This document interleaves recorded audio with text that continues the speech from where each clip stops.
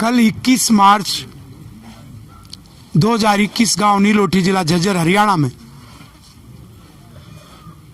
पगड़ी समाल किसान महापंचायत ऐतिहासिक हो गई थी। उसको ऐतिहासिक बनाने के लिए, इतनी हाजिरी मारने के लिए 5 राज्यों के किसानों का धन्यवाद करता हूं। मीडिया के सहयोग के लिए आभारी हूं। और जिस प्रकार से कल लोगों ने समर्थन दिया और आम जनता जो भी उसको जहां देख रही थी,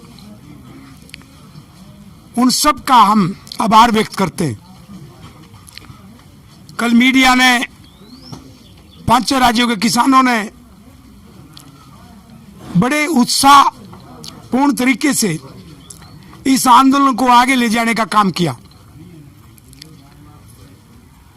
हरियाणा की सरकार, हमने कल डिक्लेयर किया था, किसी भी सूरत में जुलाई से आगे नहीं चलने दी जाएगी। अविश्वास प्रस्ताव से सरकार बहुत कम गिरा करती है। सरकार तो गिरती है जनमत से, और जनमत के दबाव में विधायक अपनी पार्टियों को छोड़ करके खड़े हो जाते हैं। उसमें विधानसभा में अविश्वास प्रस्ताव की जरूरत नहीं पड़ती, सीधा ही राज्यपाल के पास लोग पहुंच जाते हैं कि सरकार तो अल्पमत में आ गई। और जब सरकार अल्पमत में आ जाती है तो अपने आप ही कोई नहीं माने तो फ्लोर का टेस्ट भी दोबारा हो जाता है। जमीन अधिग्रहण में इतना बड़ा घपला कल हमने लोगों को बताया कि बुलेट ट्रेन के प्रोजेक्ट में प्रधानमंत्री ने बाजार मूल्य से गुजरात के लोगों को जमीन अधिग्रहण का मुआवजा दिया और पुनर्वास के नाम पर 50% एक्स्ट्रा मुआवजा दिया और 4 गुना भी मुआवजा जो फैक्टर है वो भी दिया बाजार मूल्य का। और यही हमारी 3 मांग है। तो प्रधानमंत्री नरेंद्र मोदी पहली बार कटघरे में खड़े। क्या वो अकेले बुलेट ट्रेन के किसानों के प्रधानमंत्री हैं या सभी 5 राज्यों के किसानों के प्रधानमंत्री हैं? और एक खुलासा और कर रहा हूं, जब बुलेट ट्रेन का तो मैंने बताया, ऐसी राष्ट्रीय राजमार्ग NHAI गडकरी का महकमा, उसमें भी बाजार मूल्य दूसरे रोड में तय किया, बाजार मूल्य से 4 गुना मुआवजा दिया। लेकिन जो अमृतसर जामनगर है, जो पंजाब के अमृतसर से शुरू होकर के और पूरे राजस्थान में 850 किलोमीटर से ज्यादा चल के और जामनगर बंदरगाह तक जा रहा है, उस रोड में जो राजस्थान के साथ लगता हुआ बनासकांठा जिला, जिसके लोग हमारे साथ आंदोलन में, उनका बाजार मूल्य तय नहीं किया।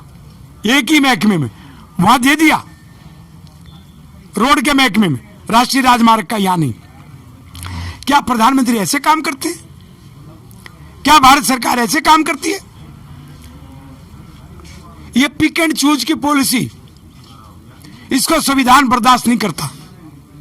और दुख है कि आज के दिन किसानों को न्यायालयों में भी न्याय नहीं मिलता। आज किसान, गरीब, मजदूर, छोटा व्यापारी, दुकानदार, कर्मचारी सब पीड़ित हैं। पेंशन स्कीम नहीं है, यहां तक कि पैरामिलिट्री फोर्स की पेंशन नहीं है।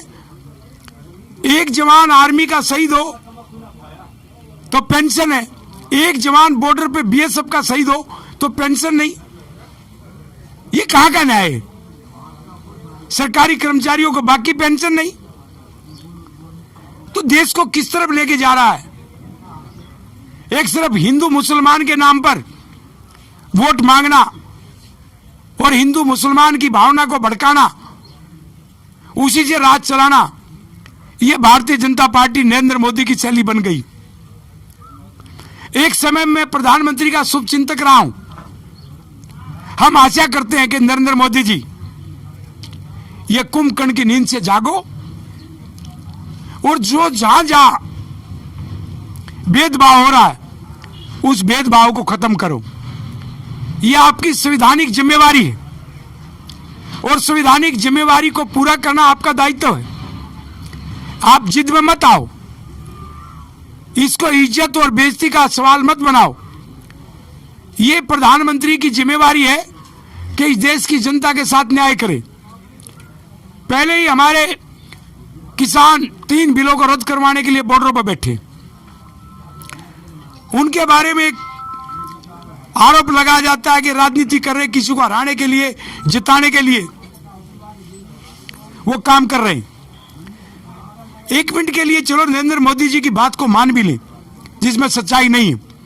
वो किसान बिना राजनीति किए हुए आंदोलन कर रहे हैं, लेकिन उसके बावजूद भी हमने तो भारत भूमि बचाओ संघर्ष समिति रमेश दलाल ने, हमारे 5 राज्यों के हमारे लाखों समर्थकों ने किसी राजनीतिक पार्टी का साथ नहीं दिया, किसी का विरोध नहीं किया।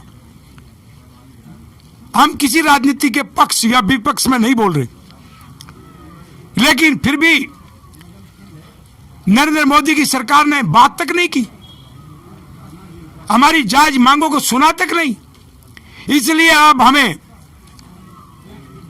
5 राज्यों के चुनाव के बाद एक आंदोलन ऐसा करेंगे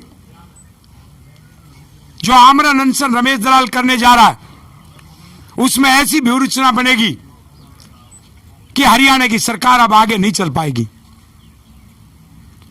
इसलिए हरियाणा की सरकार को गिराना अब वो जनहितकार आंदोलन का मुद्दा बन गया है।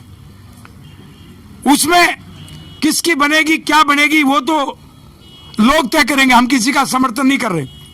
इसलिए हरियाणा की सरकार को भी बचाना है तो बॉर्डर पे बैठे हुए किसान या नीलोटी में बैठे हुए किसान, उनसे वार्ता करो और उनका जायज संविधान के अनुसार समाधान निकालो। नमस्कार।